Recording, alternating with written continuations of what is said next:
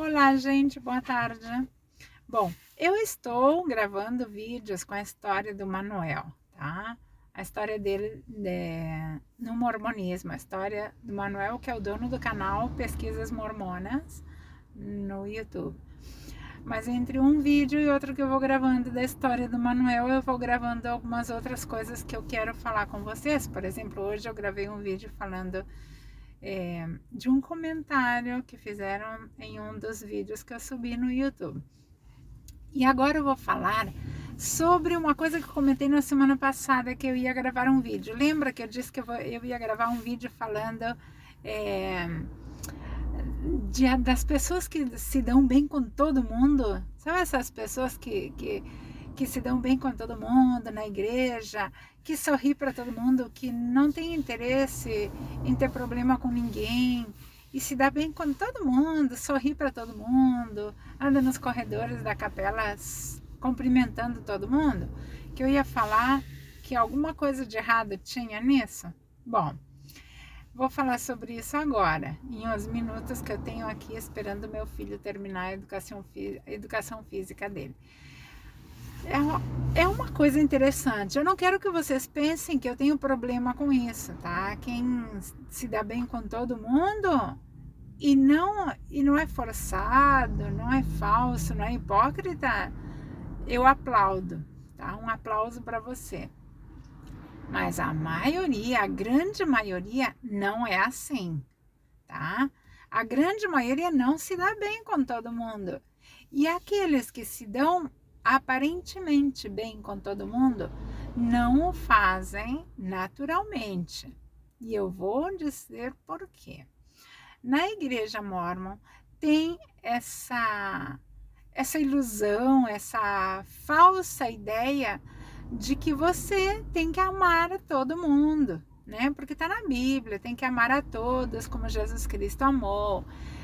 Tem aquelas escrituras que eu sempre tive dificuldade de entender e aceitar no Novo Testamento, que Jesus Cristo disse que quando batem num lado do seu rosto, você tem que dar o outro lado, né? Dar o outro lado do rosto. E quem pede para caminhar com ele um tanto, você tem que ir lá e caminhar não sei tanto mais que aquilo, né? Tem que eu acho que trocando em miúdos, como a gente diz em português, seria se fazer de palhaço para todo mundo. Porque quem hoje, com sã consciência dos seus atos, vai dar o outro lado da cara para bater? Quem? Quem te bate num lado da cara e você vai lá, bate aqui também. Eu sei que isso é um sentido figurado, não é real. Mas quer dizer que você tem que perdoar. Na Bíblia também está que você tem que perdoar 70 vezes 7. Não é? Que tinham perguntado quantas vezes a gente deve perdoar. 7 vezes? Não, 70 vezes 7, diz lá na Bíblia. Eu acho isso tudo uma ridiculez, como a gente fala aqui em espanhol. É um absurdo. Quem é que vai estar perdoando todo mundo, toda hora? Fazem você de palhaço, de trouxa, enganam você, maltratam você e você vai perdoar e vai lá de novo com a pessoa? Não é assim na realidade. Na realidade, aquele que fez mal para você, você evita estar perto, você foge. Talvez você não vá brigar, né? Não vai ter uma discussão com a pessoa, mas você vai procurar ficar longe dela o máximo possível e por tempo indeterminado, se você sabe que é uma pessoa que pode voltar a fazer o mesmo com você de novo. Na igreja, tem essa ideia de que você tem que sorrir para todo mundo, estar de bem com todo mundo, né? Perdoar todo mundo e se dar bem com todo mundo. Mas não é assim, tá? A igreja mesmo, ela não é assim com os membros. Quem é? A igreja perdoa todo mundo 70 vezes 7? Ou ela vai rapidinho lá e tá desassociada porque fez isso, aquilo, outro. Ah, não, esse pecado é muito grave. Excomunhão, levam lá para aquele tribunal de amor que eles dizem, no sumo conselho na estaca, e esse irmão fez isso, tem que ser excomungado, né? e expõem demais a pessoa, até contam coisas íntimas dela diante de um monte de outros homens. Se é uma mulher, ela se sente muito envergonhada. E eu acho isso uma coisa terrível, tá? E a igreja, ela não perdoa ninguém. Você não paga o dízimo, não entra no templo. Você está falhando com alguma lei, você não recebe nenhum cargo. Que naquela época eu achava tão triste que a pessoa não tivesse nenhum cargo. Hoje eu vejo como uma exploração tão grande que eu penso, para que cargo, né? Para a gente estar aí sendo explorada. Mas eu vou dizer uma coisa que acontece com a pessoa quando ela vai aguentando, se dando bem com todo mundo, sorrindo para todo mundo. O que ela vai fazer? O que você faz quando você vai aguentando uma coisa? O que acontece com... Vamos pegar um balão e vamos encher esse balão de água ou de ar. Eu digo de água porque eu lembrei agora que as crianças em casa às vezes enchem de esses balãozinhos menores de água e para brincar no pátio. Pega um balão e começa a encher ele de ar. Assopra aí dentro, mas vai enchendo ele de ar, vai enchendo, ele vai aguentando, ele vai até expandindo seu tamanho e vai aumentando para caber mais ar, mais ar. E aquela textura dele que era grossa e forte do balão, ela vai ficando mais fininha, mais delicada, mais frágil. E você vai mandando ar e vai mandando ar. Vai chegar ao ponto que o balão ele vai estar tão cheio que ele não foi feito para aumentar tanto de tamanho e suportar tanto ar. Vai chegar um tempo, um momento em que ele vai explodir.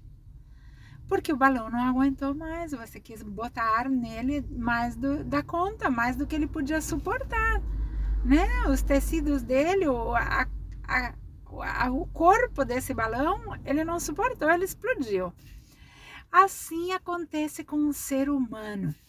Só que daí você vê que na igreja tem membros que passam anos, décadas, a vida inteira dentro da igreja.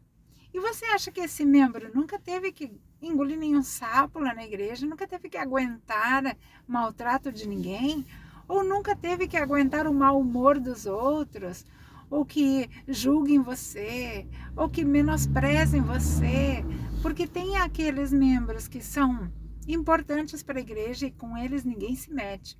Mas tem aqueles membros mais frágeis, tá? Que não tem ninguém importante nas costas, e aí aquele membro sofre de tudo na igreja. E ele vai aguentando, e vai aguentando, e vai ficando, e vai ficando, e vai ficando na igreja. E ele é como aquele balão, tá? Ele vai aguentando até que ele não aguenta mais. Mas ele não pode sair da igreja. Ele não pode abandonar a igreja. Ele não pode mudar de ala. Primeiro que lá também vai encontrar pessoas que fazem o mesmo com você. E esse membro também não pode pedir desobrigação de tudo e não trabalhar em nada, porque ele vai ser mal visto, ele vai ser excluído do grupo, ele não vai ser chamado, ele não vai ser... Não vão conversar com ele, vão deixar ele meio de lado, ele não vai se sentir bem emocionalmente, então ele vai aguentando. E você pensa, por que essa irmãzinha ou aquele irmão que sofre tanto, que maltratam ele, que não dão bola, que fazem chacota com ele, que menosprezam, que fazem, como é que a gente diz, fofoca com ele, e ele vai aguentando, ele não sai da igreja nunca. Por quê? O que acontece com ele? É porque ele gosta de se dar bem com todo mundo e suportar tudo? É porque ele gosta de dar o outro lado da cara para bater? Não! Ele vai aguentando, mas isso sai de alguma maneira. O corpo, ele tem que expulsar, ele tem que mostrar que aquilo não está sendo agradável. E de que maneira o nosso corpo e a nossa mente mostram que alguma coisa, alguma situação não está sendo agradável? Através dos problemas emocionais, doenças mentais e físicas. Você começa a ter problema de saúde, dores de estômago, tá? Problemas de fígado, dores de cabeça, problemas na pele, tá? Esses problemas nas mãos, que eu vejo que tem pessoas que têm tanta coisa na cabeça. A gente vê que é uma pessoa que anda atarefada demais, estressada demais, e começa a sair coisinhas assim nas mãos. Eu já conheci pessoas assim. ou pessoas que saem erupções na pele, alguma alergia, tá? De repente aparece uma diabetes, que é muito grave, tá? Não mata rápido, mas deixa a vida da pessoa muito difícil. A pessoa não pode ter uma alimentação normal, tem que cuidar da alimentação, tem que fazer exercício, às vezes tem que tomar remédio, tá? Você suportar as coisas tem um preço. Ninguém se dá bem com todo mundo, é impossível você se dar bem com todo mundo, já seja na igreja, na escola, na universidade, no seu bairro, na sua rua, com seus vizinhos, tá? Você estuda ou você faz alguma atividade, é impossível você se dar bem. Se é um lugar que tem 20, 30, 40 pessoas, 100 pessoas, você não vai se dar bem com todo mundo. Quanto mais gente, menos pessoas mais pessoas que você não vai se dar bem. Porque o grupo de pessoas com quem você tem mais afinidade é muito reduzido. Você não consegue se dar bem com todo mundo. Tem gente que pensa diferente de você, age diferente de você.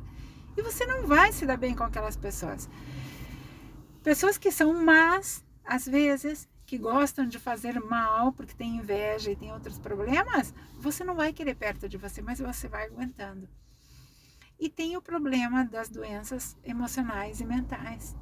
Daí você diz, eu estou precisando, não sei, fazer um tratamento.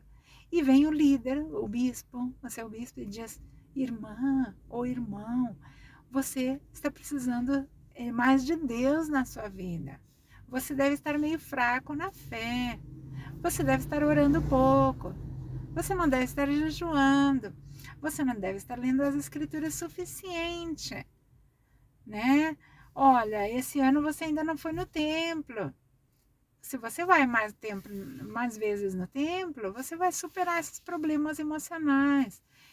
Depressão? Não existe depressão. O que existe é falta de gratidão na sua vida por Deus. Gratidão por tudo que você tem a Deus, tá? Então eles vão te dizer isso. Ora mais, canta uns hinos, né? Faz noite familiar, recebe os missionários, vai servir, irmã. Você vive muito na sua casa, cuidando só de você. Vai para o mundo a servir as pessoas que estão precisando. Não, aquela pessoa que está com depressão, ela não precisa servir, ela precisa ser servida, ser cuidada.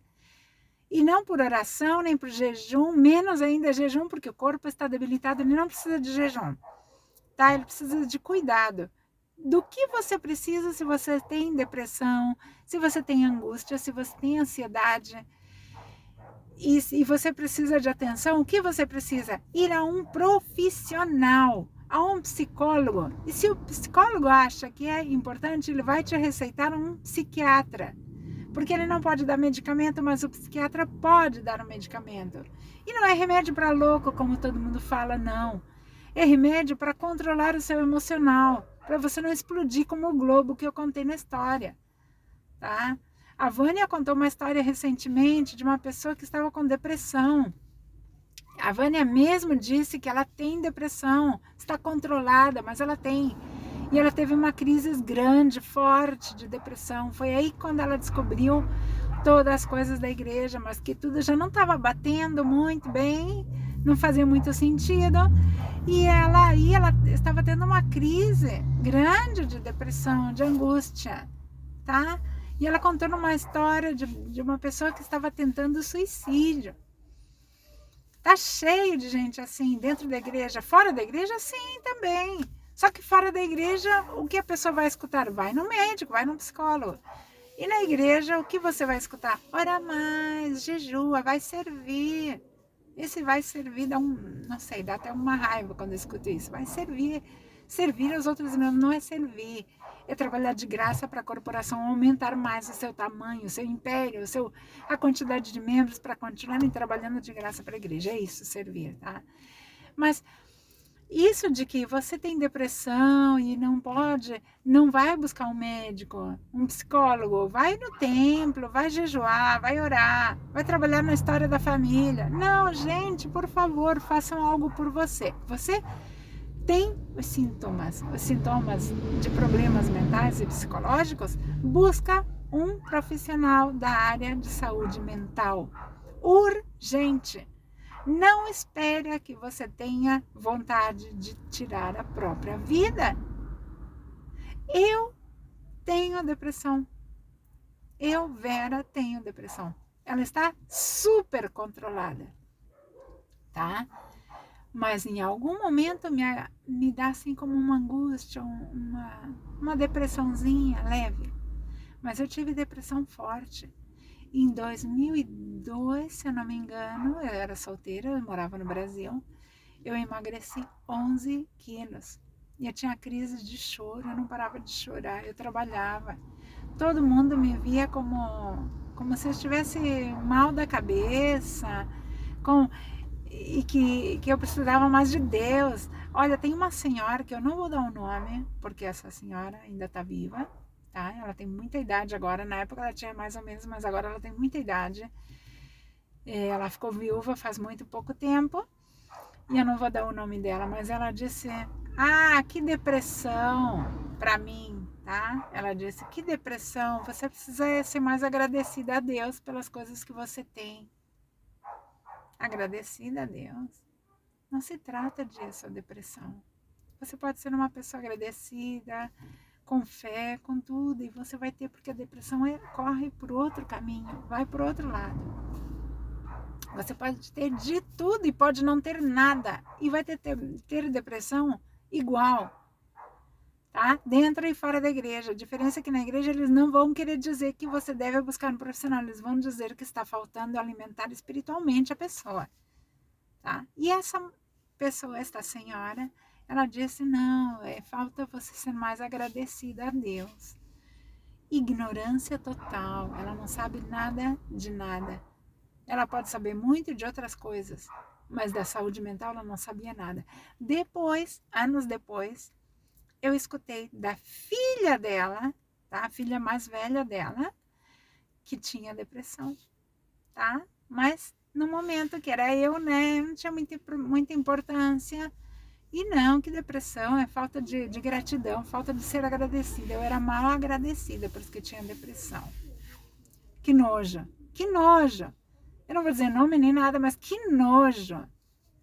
Não quero nunca mais cruzar com essa pessoa na minha vida, tá? Agora ela deve saber o que é depressão, porque agora que ela é viúva, eu vejo nas fotos dela, que algumas que eles publicam, que ela tá sempre séria e triste. Não mostra mais o sorriso. Então, que ela não é mais grata a Deus porque ficou viúva? Tem nojo disso. Tá? Que quando é com os outros, tá tudo bem. Quando é com você, aí vale. Que coisa, né? Ela perdeu um filho, que eu acho isso tristíssimo, eu não desejo isso mas para ninguém. Deve ser a coisa mais horrível do mundo. E depois, muitos anos depois, recentemente perdeu o esposo. E agora, nas fotos, eu nunca mais vi o sorriso dessa mulher. Tá? Mas na época era uma pessoa grande, madura, que podia ter um pouco de conhecimento e empatia pelos demais. Ela disse que o meu problema era a falta de gratidão, que não era depressão, tá? Ai, é uma coisa séria. Agora eu vou dizer para você. Você vai na igreja, o que eles dizem, né? O que a igreja faz com a pessoa para melhorar o sistema emocional da pessoa? Ela dá um comprimidinho, porque o evangelho é assim, o evangelho mórmon é assim. Ele serve como um analgésico, como um remédio para dor, tá? Para febre. Ele não termina com o seu problema. Ele vai levando o problema para adiante, vai empurrando o problema para frente. E ele não cura. É como se você tivesse uma infecção e você não tomasse um remédio para a infecção. Você tem uma bactéria e você não toma um antibiótico. Você só vai lá e toma remédio para baixar a febre e para dor. Nada mais.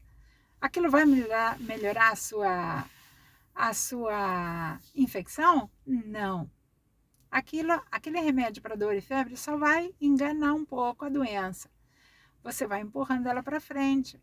Vai chegar um momento que o problema, a bactéria já tomou conta do corpo inteiro e o teu corpo não vai resistir, você vai morrer. O remédio para febre e para dor foi só para aliviar o momento. O evangelho da igreja mórmon é assim. Ele vai enganando você, dando essa falsa sensação de felicidade, enquanto você não soluciona os problemas reais com o tratamento real que você precisaria, vai empurrando o problema para frente e vai chegar um momento que o seu corpo vai dizer basta.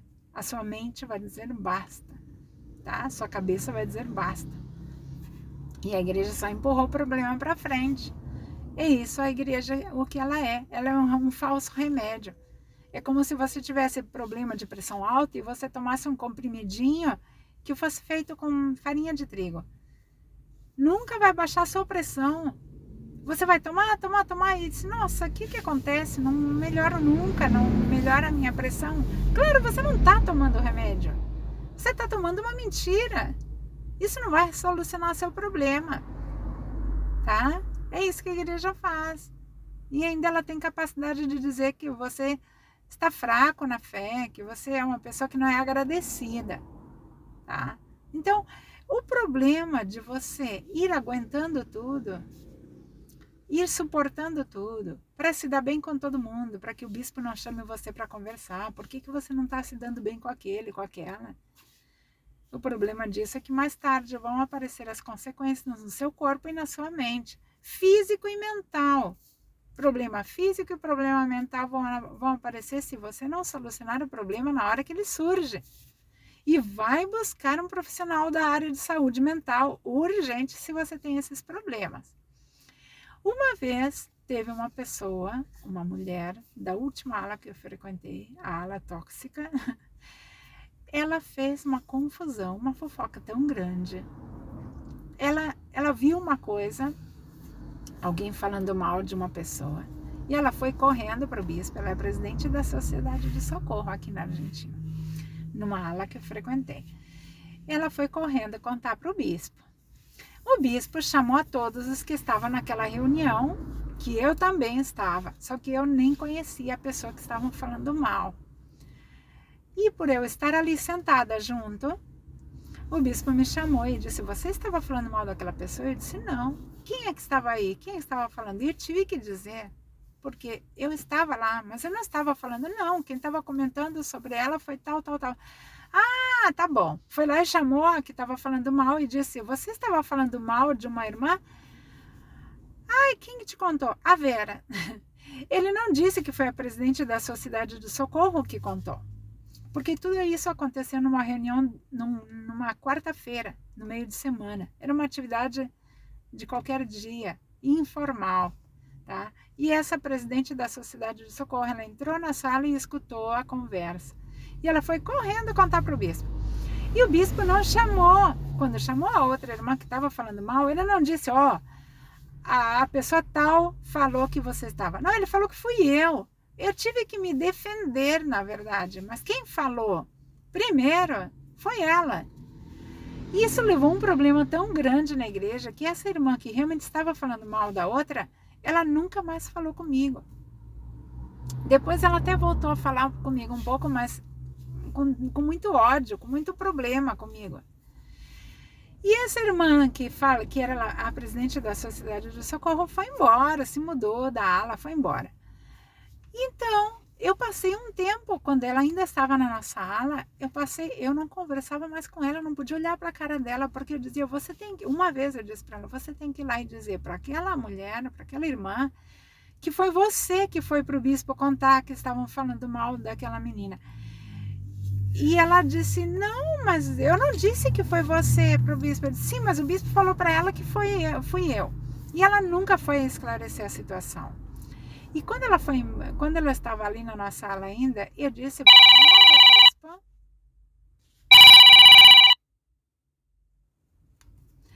para o novo bispo que, porque nesse tempo trocou de bispo, bem na metade do problema, eu disse para ele, olha, eu não vou conversar mais com essa irmã, porque eu não posso olhar para a cara dela. E ele disse, mas talvez você tenha que pedir perdão a ela. Eu disse, mas eu não fiz nada para ela. Não, mas não é assim. é que às vezes você é a vítima, mas quando você vai pedir perdão para a pessoa que te tratou mal, que cometeu um erro, a pessoa vai amolecer o coração e vai, né, vai ficar bem. Ele disse, mas se eu não fiz nada de errado, por que eu tenho que pedir perdão? E ele disse, não, na minha casa é assim também. Às vezes a minha esposa faz alguma coisa que eu não gosto, e eu vou lá e peço perdão para ela, e daí fica tudo bem. E não, nada a ver, né? É tão tóxico isso tudo. É tão tóxico. Como a pessoa não ficar doente nessa igreja? É impossível não ficar doente lá. Então, era isso que eu queria comentar com vocês. Prestem atenção. Se vocês estão aguentando de tudo, mais tarde algum problema vai aparecer, se é que já não apareceu. Prestem muita atenção nisso. Não dá para se dar bem com todo mundo. Não dá para perdoar todo mundo. Não dá para viver perdoando, não dá para dar o outro lado, a outro lado da cara, né? A tapa, não dá. Não dá. Você tem que cuidar da sua saúde mental, tá? Eu espero que essas coisas que eu tenho conversado com você hoje deem algum resultado, tá? Que você desperte para buscar a ajuda que você precisa. Era isso. Depois eu vou gravar outro vídeo com a segunda parte da história do Manuel, tá? Um beijo para todo mundo, gente. Tchau.